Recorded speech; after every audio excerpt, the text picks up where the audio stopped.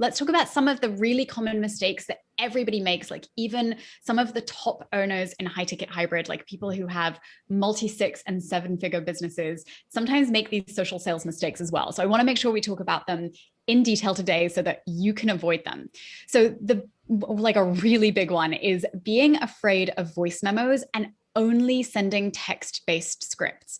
Voice memos are your absolute best friend. It's how you can create a really immediate connection with people. They can hear your tone and your enthusiasm and your passion for their business and for what you do and how you can help them that no text script can ever convey. So we like to send a mixture of text and voice memos. And I find that some people are weirdly hesitant to send voice memos. So don't be like that. Definitely send those voice memos to convey that empathy and that understanding.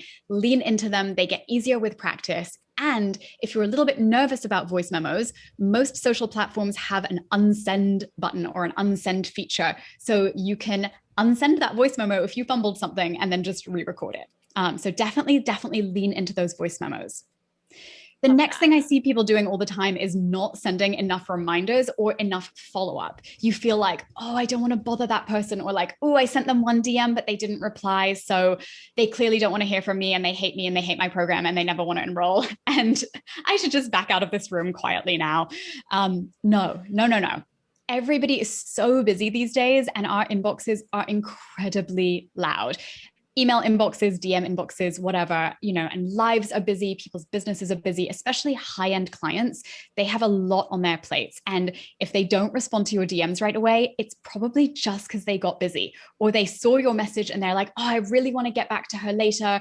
Let me come back to it. And then it kind of got lost in the shuffle, right? So DMs are not one and done. And it's actually really polite and courteous to send multiple reminders to people. You're not bothering them at all. You're actually doing them a huge favor by floating something back up to the top of their inbox. And this comes back to the point of we're not sending cold DMs to random strangers who don't want to hear from us. We're DMing people who've applied for our program. So people who really want to hear from us. So here's an example, a screenshot of some of the reminder DMs that we might send to people. So we've got an initial outreach. We have a midpoint reminder, 24-hour reminder. We might also send a final reminder. And then after somebody is interested, if someone gives me a verbal yes, I have a certain DM that I like to send. And then if somebody enrolls in the program, I have a little welcome DM with some onboarding details ready to go. So we send lots of reminders because it's just polite. And this lead down here was a really good example. It's a great lead. And I popped in with a reminder DM and he said, oh my gosh, I completely even forgot that I filled out that application, but thank you so much for floating this back up to my inbox. So high-end leads are busy. Send the reminders, please. And like Mariah said here, just get out of overanalyzing, get out of the mindset drama, and just hit send on the reminder DM because literally people will thank you for it. It's not rude. It's actually polite.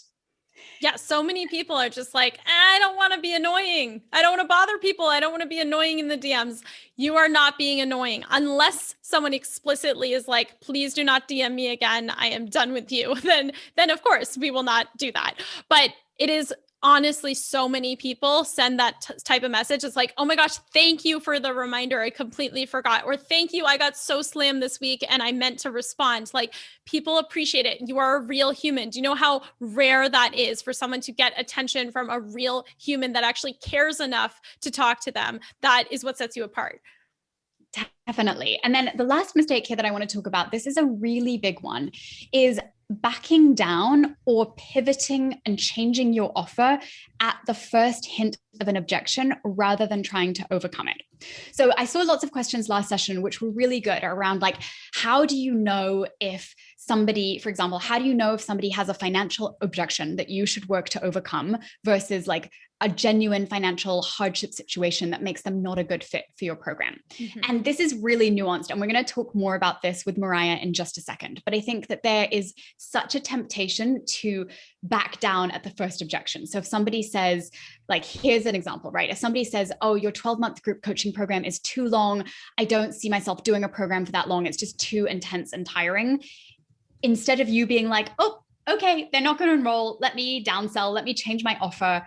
no, like this is the first objection is an opportunity for you to have a conversation, and you need to address that objection, talk about it, try to overcome it.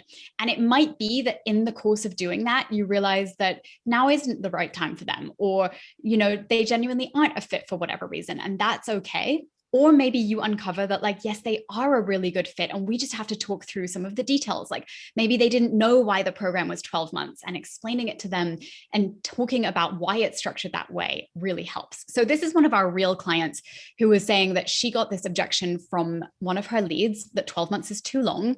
And she was saying, should I go ahead and propose a 6-month downsell instead? Should I discount it? Should I make it shorter? And so I just popped back in and I said, hey, like, before you downsell, before you discount, before you make it shorter, have you had a conversation with that lead about the 12 months access? And have you tried to overcome that objection? And she was like, oh, no, I haven't yet. I haven't gone there. And so I was like, okay, let's do that first before we pivot and downsell, because it's really important that you not back away and you not feel afraid of those objections, that you actually lean into those conversations and, lean into them with empathy and with understanding and with love. Like, we're not trying to overcome objections at all costs and enroll everybody in your program in the most pressure-full way possible. But objections are an opportunity to have a conversation, and it's so crucial that you have that conversation. So for example, you might sometimes see the potential in a client and in their business that they can't see for themselves yet. Or, you might have things about your program and why it's structured the way it is and why that's actually a huge benefit to your clients that they're not quite seeing yet. So you need to have the conversation. And like Mariah always says, like, you want to go to bat for your client's highest good. So it's okay to tackle objections head on. It's okay to be upfront and honest and transparent. And you can also ease this by being prepared with like a library of messages and scripts that you've sent before that you can use and jump off from. Like, you can have a grab bag of like your favorite testimonials. You can have pre-prepared responses. And that doesn't mean that we're sending the same canned response to every single person, but it does mean that you'll have a jumping off point. And we have a whole library that we give to our clients.